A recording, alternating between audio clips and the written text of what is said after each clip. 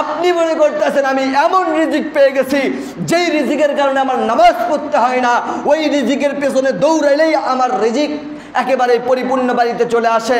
মাথায় রাখবেন, যেই আল্লাহ তাআলা ওই রিজিকের ব্যবস্থা করে দিয়ে আপনাকে পরীক্ষা করতেছেন, ওই আল্লাহ তাআলাই ওই রিজিকের অন্বেষণের যে পথটা আছে ওটা কেড়ে নিয়ে আপনাকে পথের ভিখারি বানায়া দিয়া নামাজে দাঁড় করা দিয়েও আপনাকে সেই ক্ষমতাও আল্লাহ রাখেন এমনভাবে রিজিক অন্বেষণ করার। তাহলে ভেবে দেখেন আল্লাহ তাআলা আপনার আমার প্রতি কত বড় ইহসান করছেন। মাত্র সামান্য মনে করেন এই বৃদ্ধা আঙ্গুলের মাথায় এই যে নখটা আছে, এই নখটার নিচে একটু ক্যান্সার ধরা পড়ছে, ওর কি জ্বালা যন্ত্রণা।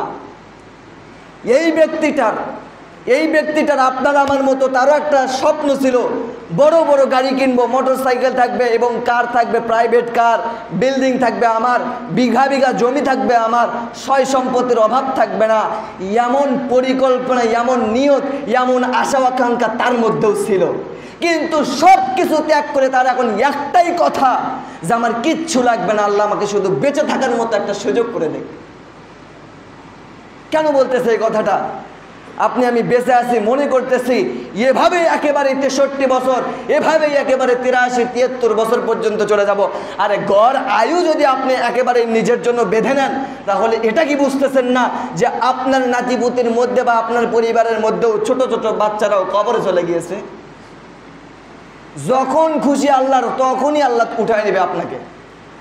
এজন্যই তো এই হায়াতের সময়টা আল্লাহ আপনাকে জানাই নাই। জানালেই আপনি মসজিদ ত্যাগ করবেন না, সব সময় আপনাকে মসজিদে পাওয়া যাবে।